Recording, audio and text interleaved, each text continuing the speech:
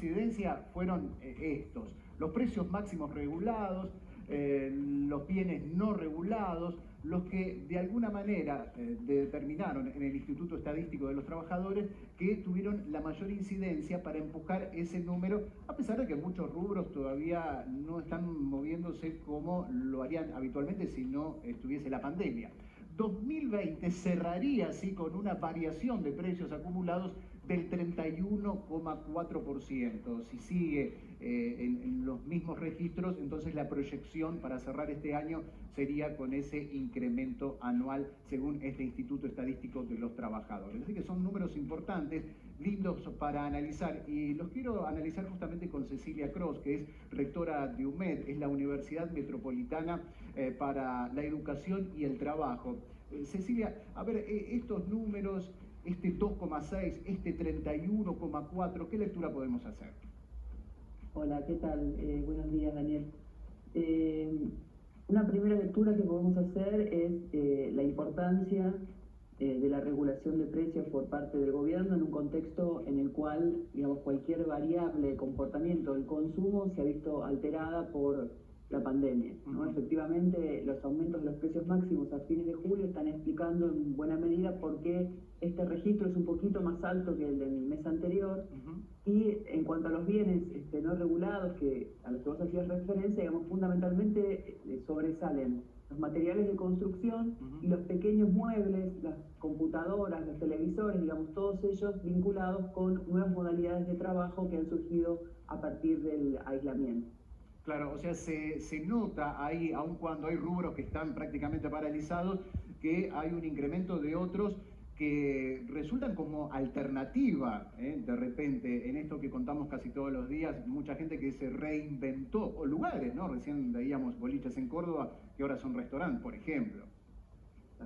Sí, exactamente. Inclusive, bueno, hay algo, digamos, del incremento de la nafta en este 4,5%, que ya se empieza a ver en la inflación de agosto, pero que seguramente se va a notar mucho más en la inflación de septiembre. Pero bueno, digamos, también hay que destacar que estos bienes durables a los que hacía referencia antes tienen precios bastante bajos en dólares, ¿no? Respecto a su comportamiento histórico. Es decir, no estamos hablando por ahí de un incremento excesivo, sino que hay una pequeña recuperación de esos precios vinculado a que el consumo en algunos sectores, en algunas regiones, ha empezado a mejorarse. Ha habido también un repunte de ciertos sectores de la actividad industrial, un poquito en construcción, aunque claro que la actividad de la construcción va a tener un impacto mucho mayor cuando puedan volverse a realizar las grandes obras privadas y las grandes obras públicas. Pero bueno, hay algunos síntomas de recuperación, y me parece que lo más importante para destacar es que si bien este porcentaje es un porcentaje elevado, es un poco más bajo, digamos, de lo que veníamos registrando durante todo el año pasado, mostrando un poco digamos, en este debate de si es la emisión la que genera o no genera inflación, que bueno, claro, efectivamente la emisión por sí misma no genera inflación. Claro, hay que tener en cuenta otros factores. Es interesante también un número que no lo tocamos recién. La variación interanual es un poquito por arriba del 40% si tomamos el mismo mes del año anterior con respecto a este agosto. Y en lo que va del año se movió un 19% la inflación. Esto también lo podemos poner dentro del mismo análisis. Prácticamente todo este año estuvo marcado por la pandemia. Exactamente, todo este año estuvo marcado por la pandemia.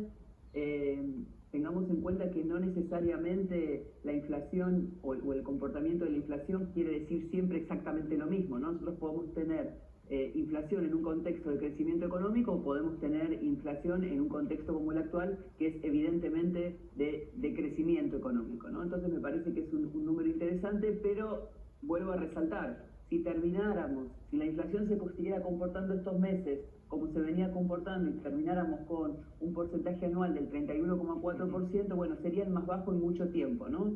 En un contexto donde la emisión monetaria es bastante superior a cualquiera de los registros, digamos, de los últimos años, ¿no? Entonces me parece que es interesante para revisar estas teorías monetaristas que a veces privilegian demasiado una variable por sobre las otras, ¿no? El consumo, la actividad económica, la distribución de ese ingreso, hacia dónde va el ingreso, el ahorro de los hogares, hacia dónde va el ahorro de las empresas. Bueno, son muchas las variables que hay que tener en cuenta para entender el comportamiento de la inflación. Claro, y hay algunos factores que estuvieron comportándose de manera distinta, que ellos, por ejemplo, las tarifas no tienen ahora la misma incidencia que el año pasado o el anterior, o el precio de la nafta, o también algunos servicios que aumentaban prácticamente de manera mensual y ahora han quedado de una manera estable casi todo el año.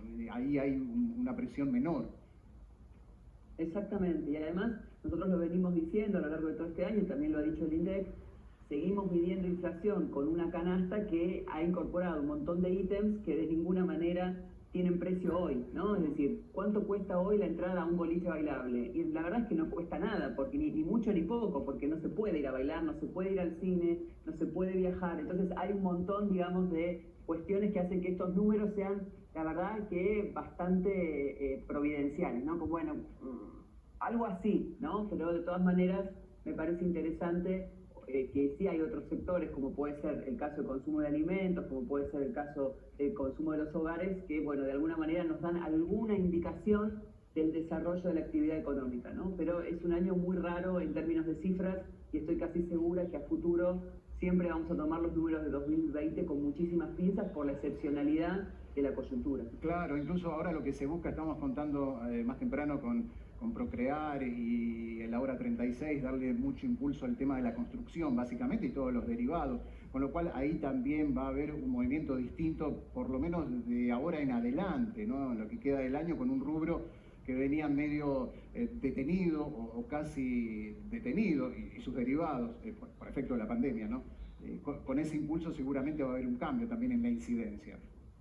Y si lo pensás, las pautas de consumo nuestras en este año se parecen mucho más por ahí a las de nuestros abuelos que a las que veníamos teniendo en marzo, ¿no? Digo, ¿en qué se puede gastar hoy? Bueno, en alimentos, en ropa y en mejorar y arreglar la casa, ¿no? Digo, claro, que realmente hay como un redireccionamiento, digamos, del gasto que es bastante particular, es bastante peculiar. Por eso digo que creo que durante muchos años vamos a estudiar este año como un año muy particular desde este punto de vista. Bueno, y hay que ver también qué significa la pospandemia, ¿no? ¿Cuándo comienza la pospandemia? Porque estamos seguras que lamentablemente durante muchísimo tiempo va a ser imposible, lo decían ustedes antes, ¿no? Imaginar los boliches de Córdoba otra vez a pleno, bueno, parece un poco lejano en el tiempo considerando los números de hoy.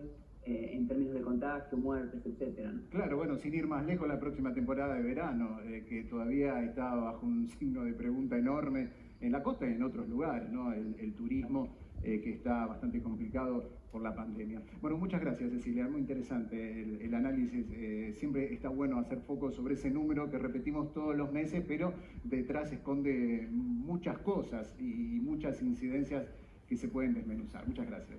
Exactamente. Muchísimas gracias a ustedes por recibirme.